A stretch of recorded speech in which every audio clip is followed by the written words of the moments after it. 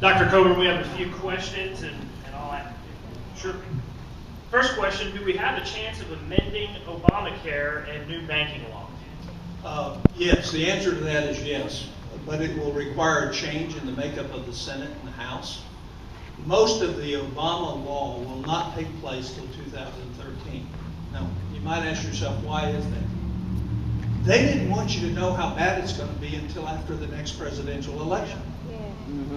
So we will have the ability, if in fact we have control of the House, to not fund the implementation of most of that bill, which means we can stop it.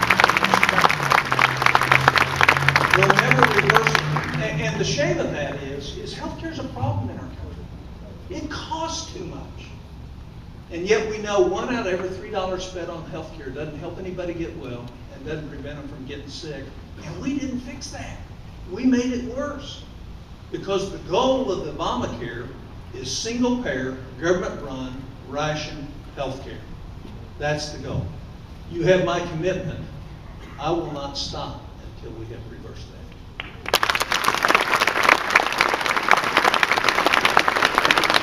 How serious is the budget problem? You know, I would tell you, I love Oklahoma. I've got 5 grandchildren that live in Oklahoma. I hate getting on an airplane every Monday morning or Sunday night, spending 7.5 hours each way getting there, and 7.5 hours either on Thursday night or Friday morning coming back. The only reason that I'm in the position that I'm in today is I'm afraid to not be there. There's only about 10 of us in the Senate that have had the courage to say no. And we get criticized all the time as saying no. But let me tell you something. If you have a toddler that's in the front yard about to step into the street, what do you say? You say no. If you have a teenager that's getting ready to experiment with drugs or things that put their life at risk, what do you say? You say no. Saying no is a valuable tool where we are today. The problems are so serious that I think we have a short period of time to fix them. The budget deficit is $1.54 trillion according to Washington numbers this year. That's a lot. It's $1.65 trillion because they never tell you the full truth of all the money they borrowed from all the trust funds. When they tell you that the debt's only $13 trillion, they don't tell you that $3 trillion is going to have to be paid back to Social Security that we stole from that trust fund. So that needs to be added on top of it. But so there's a half-truth. My father taught me when I was a small boy that a half-truth is always a whole lie.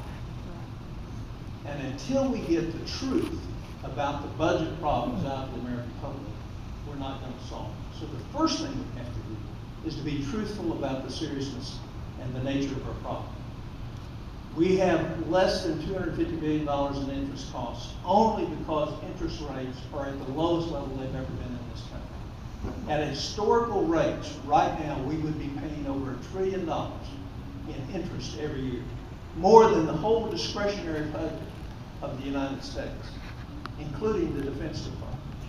So it is deadly serious, not just for us, but if we want a bright future, if we want opportunity, if we want success for our children, we have to stop this train and put it in reverse, and we will.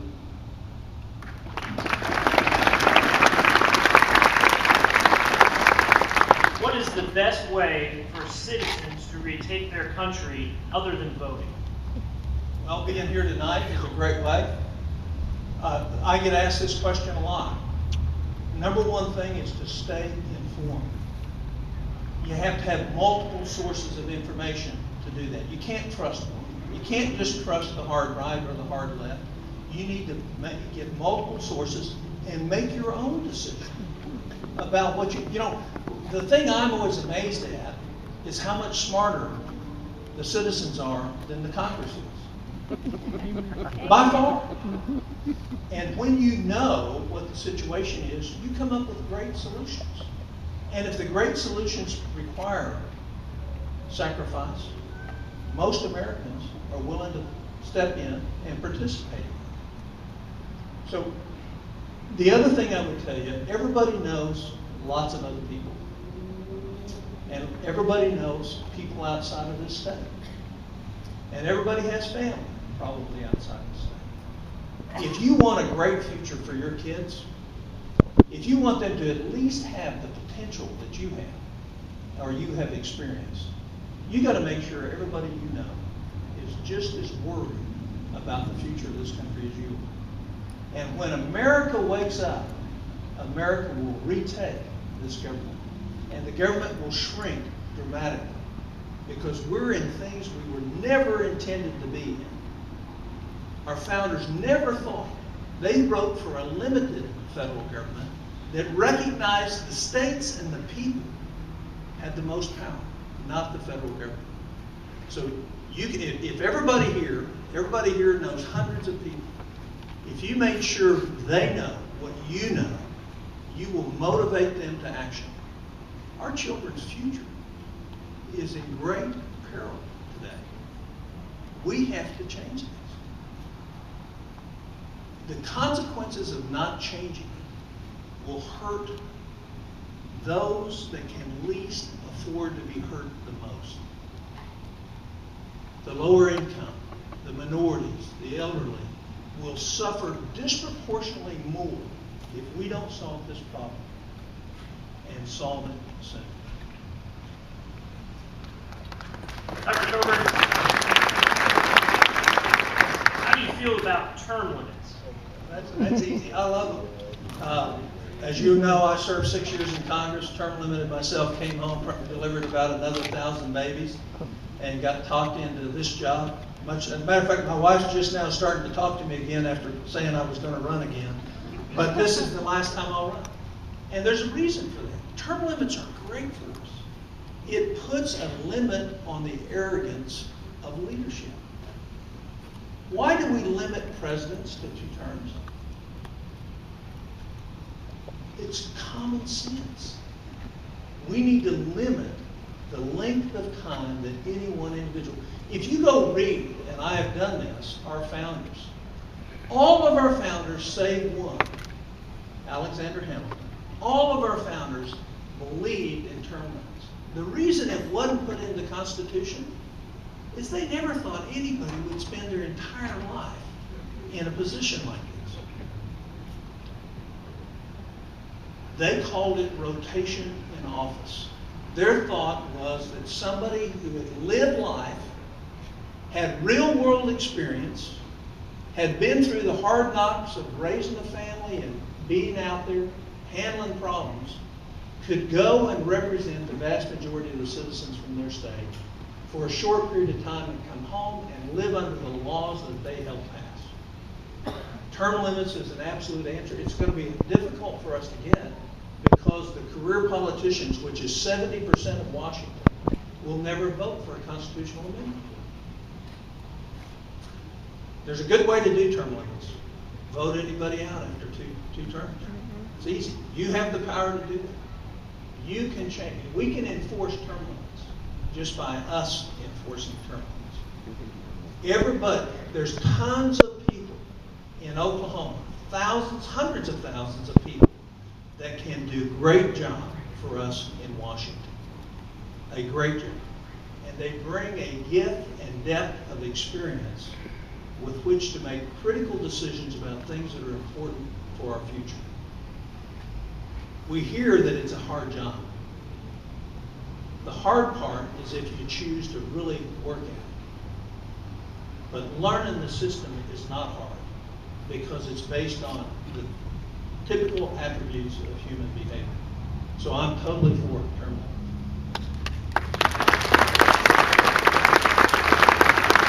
Folks, we have a couple more questions to ask, but I wanted to throw in a reminder to everyone. After we're done and Dr. Coburn's done, we are going to be announcing some door prizes and handing out some door prizes. So make sure you stick around just after that.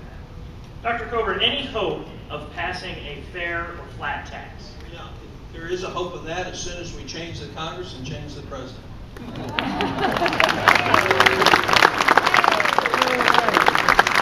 the original co-sponsor of the fair tax. If you think about the fair tax, people reject it when they hear about how high the percentage is, but they forget that the cost of everything else right now that you buy has taxes laid on it, laid on it, laid on it, and laid on it at every level. There will be no Social Security tax if there's a fair tax. There'll be no Medicare tax if there's a fair tax. There'll be no real estate tax if there's a fair tax. There'll be no taxes anywhere except the fair tax.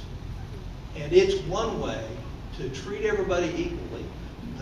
The more you make, the more you spend, therefore you pay a whole lot more. And everybody wins in this country on a fair tax or a flat tax. And I don't care, it can be the fair tax or the flat tax, but what we have now is we have 121,000 IRS workers.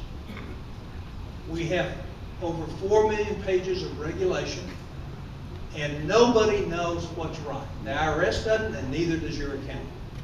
There's nothing fair about that.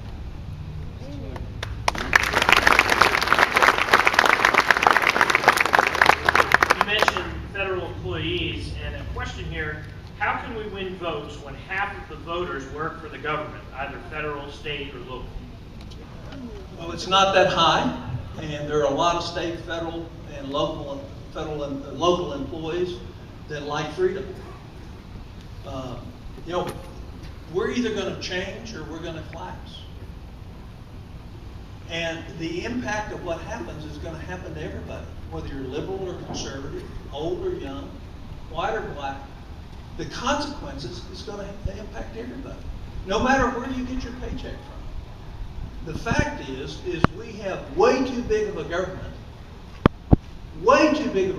sticking its nose in too many areas that they were never intended to do, and preempting the ability of people in Oklahoma to make our decisions for ourselves. That was not what our founders had in mind. That's what's wrong with Elena Kagan. Elena Kagan believes that Supreme Court precedent trumps the original intent of our founders. She believes the Commerce Clause can be wide, which means anything the federal government wants to do, they can.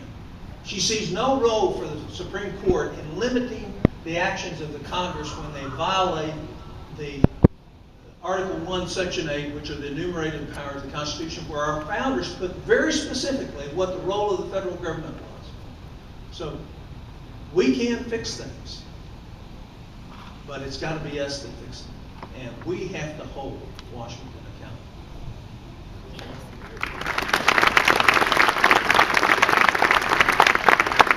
Final question: why doesn't the Congress rein in the president and his executive orders, and why, second part of the question, why does he need so many czars? Well, the Congress is controlled by the president's party. And so there's, other than a few sterling examples of courage on that side, they don't challenge. You know, one of my problems, and one of President Bush's problems, was that I didn't play the game. And I wasn't his favorite senator, as you can imagine. Because I don't care what label you have. If you're taking away the freedom from the future, if you're taking away the potential for the future, we have to challenge that. Second part of that question? Oh, President Bush had 17 fewer czars. I think it's a misnomer.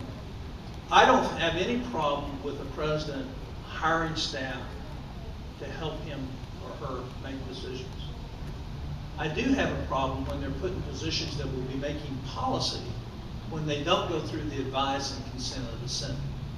And I think there's about 11 or 12 questionable positions that the president has put into place, including the director of CMS, which is supposed to be approved by the Senate, which he recess appointed, because he didn't want you to know what this man believes on rationing of health care for our seniors. I think that it's been excessive, and I believe in the future that we ought to have advice and consent on all of those positions. The president ought to, if they're going to make policy decisions. If they're strictly just advisors, then that's one thing. That is not reasonable.